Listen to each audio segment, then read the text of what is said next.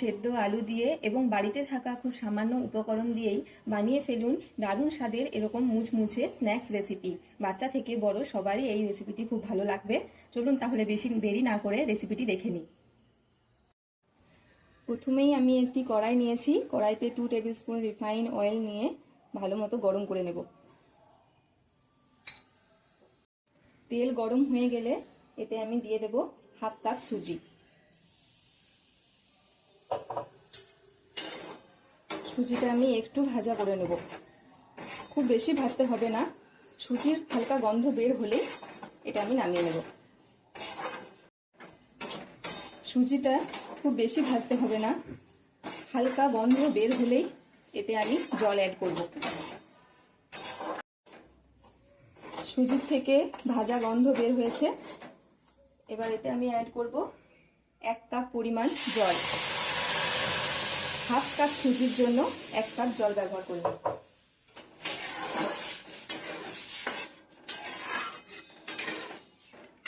এবার এটা আমি ফুটিয়ে ঘন করে নেব।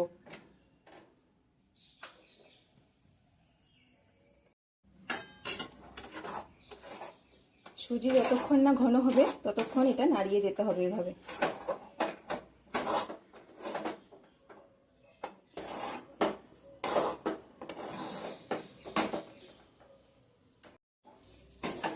সুজি কড়াই থেকে এভাবে উঠে আসছে, এবার আমি এটা নামিয়ে নেব।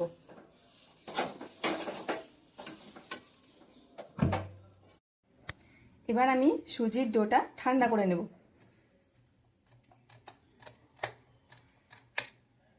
আর একটু এভাবে চেপে চেপে মেখে নেব।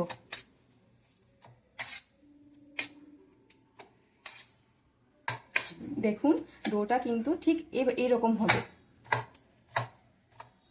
খুব বেশি পাতলা করা যাবে না ডোটা। সুজির ডোটা উষ্ণ গরম থাকবে, এই পর্যায়ে আমি দিয়ে দেব লবণ,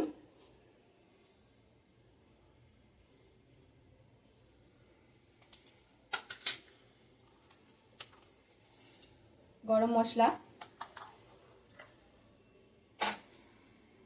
ভাজা মশলা। এতে আমি নিয়েছি জিরে, মৌরি আর 2টি শুকনো লঙ্কা, একটু আদা, গ্রেট করা আদা, আর একটা সেদ্ধ আলু গ্রেট করে নিয়েছি।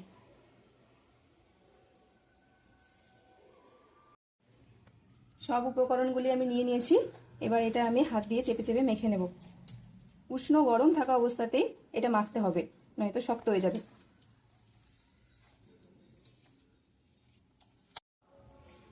ডোটা আমি ভালোভাবে মেখে নিয়েছি। এবার এখানে আরেকটি আমি প্লেট নিয়েছি, এখানে আমি অল্প পরিমাণে সরষের তেল মাখিয়ে রেখেছি। এই প্লেটের মধ্যে আমি ডোটা নিয়ে নেব। এবার এটি হাত দিয়ে প্রেস করে পাতলা করে নিতে হবে। খুব বেশি মোটাও হবে না, আবার খুব বেশি পাতলাও হবে না।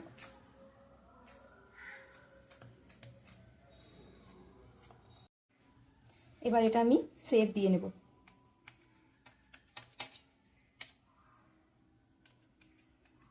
আপনারা আপনাদের মতো শেপ দিতে পারেন, আমি 4 কোণা শেপ দিচ্ছি।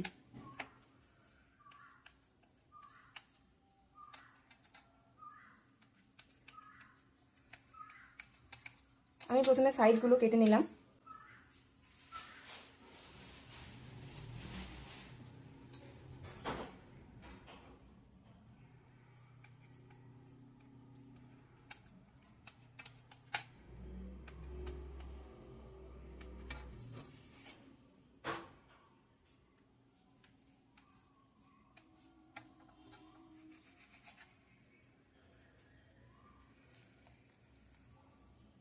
দেখুন আমি ঠিক এইভাবে করে শেপ দিয়ে নিয়েছি।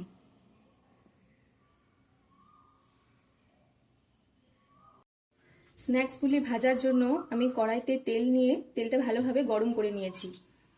এবার এই স্ন্যাক্সগুলি ডিপ ফ্রাই করে নেব। এগুলি কড়াইতে দেওয়ার সময় গ্যাসের ফ্লেমটা হাই রাখতে হবে, নয়তো কড়াইতে লেগে যাবে। স্ন্যাক্সগুলি কড়াইতে দেওয়ার সাথে সাথেই নাড়াবেন না, এটা নরম থাকে, কড়াইতে লেগে যাবে। এগুলি উল্টে পাল্টে লাল লাল করে ভেজে নিতে হবে।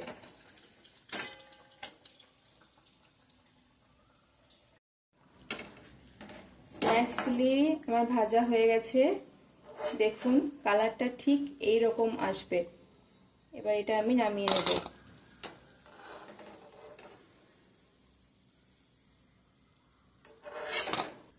এইভাবে আমি বাকিগুলো ভেজে নিচ্ছি।